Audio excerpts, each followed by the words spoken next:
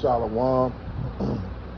First and foremost, above all things, I want to give all praises and honor and glory that's definitely due to Yahweh, Bashem Yahushua, Bashem Rakak Radash.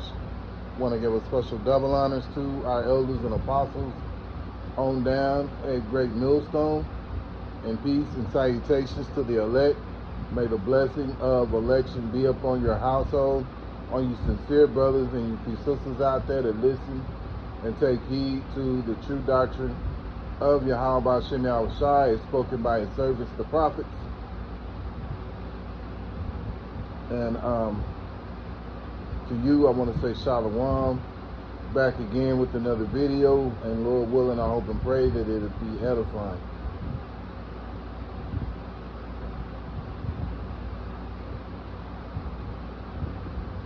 So, you know,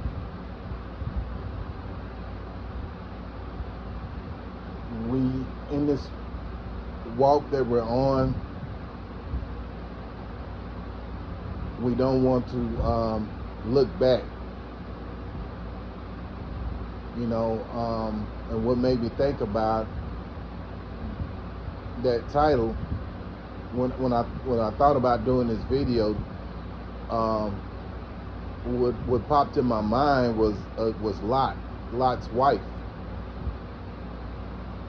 She looked back, you know, because remember, Lot's family were the only righteous family there in Sodom and Gomorrah. So, you know, the angel told them, he said, you know, you got to leave, head for the mountains. Once you head for the mountains, you know, as you're heading towards the mountains or whatever, don't look back.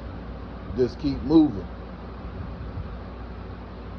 But Lot's wife looked back, and what ended up happening, she turned into a pillar of salt. And looking on Google, because I remember, I believe it was Elder Apostle Gabor, he was telling him in one of his videos that they still have that, you know, that image of her looking back, and she turned to a pillar of salt. Forgot exactly where it was, but you could look it up on Google. But she's still there, you know. So she looked back, and basically the point here is that she was longing for the living that she was in. She was longing for, I guess you could say, like the good old days, you know. You know, us brothers, you know, we understand that times are getting harder and things are a lot different. You know, I know me as being an older one, you know, not in this truth and knowledge, but age-wise, I can look back at the 70s. I can look back at the 80s, 90s, 2000s, even, you know, the 2010s, and life was a lot more easier compared to what we're in right now, right? But it's not wise to look back on them and constantly reflect on stuff, you know, like you're longing, I wish I was back in the 80s, or I wish I was back in the 70s, or you can't be in that spirit, man. The Lord put you in this truth of knowledge, and so now you have to embrace what we have to go through. Now, of course, you know, a kingdom approaching, there's going to be birth pains,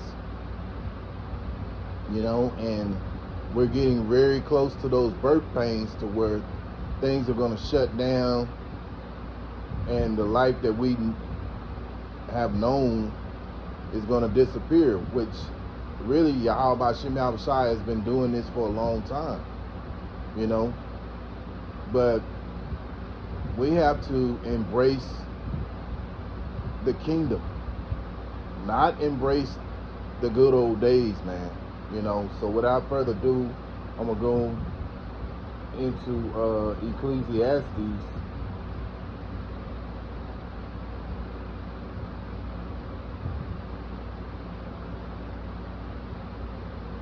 Ecclesiastes chapter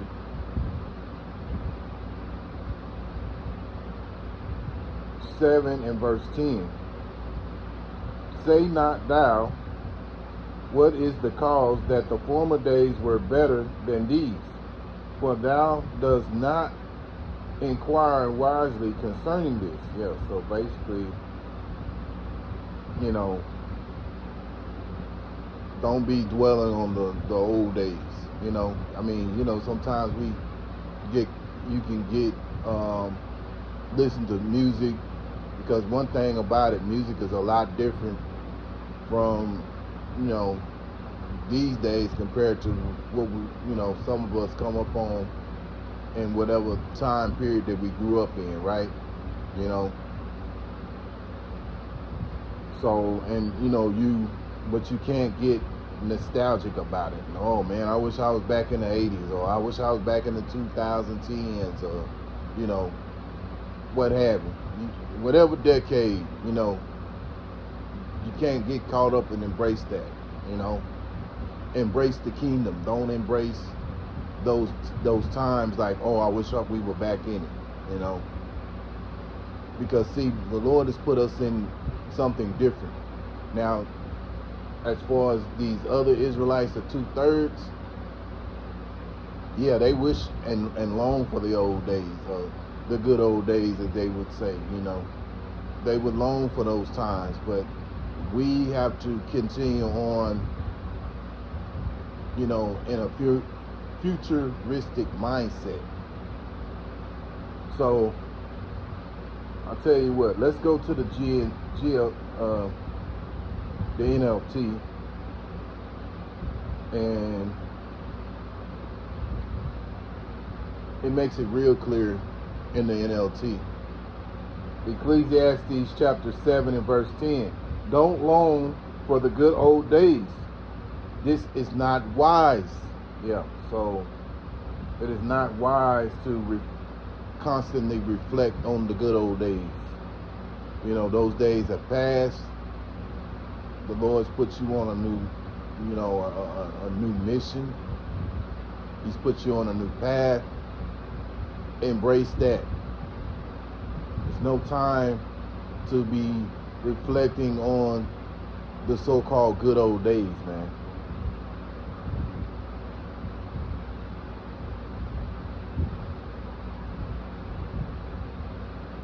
It's not going to be a very long video. I'm going to close it out with 2 Peter chapter 3 and verse 13. Nevertheless, we, according to his promise, look for a new heavens and a new earth wherein dwelleth righteousness. Yeah. See, that's the mindset that we have to be in. We have to be in the mindset of looking forward to a new heavens and a new earth and righteousness, man. You know, that's going to be ruled in righteousness. See, you can look back to the good old days, but even back then there was wickedness going on then. You know, now of course wickedness has increased, and it's going to increase even more once this system completely breaks down. But we have to be looking forward to a new heavens and a new earth that's going to be filled with righteousness. This place is not a righteous place, man. It don't matter how bad, you know, how good the good old days were. They were nothing compared to what Yahweh Shem Yahushua has in store for us brothers and few sisters out there that are seeking this kingdom, man. You know. So, Lord willing, I hope and pray that this was an edifying lesson.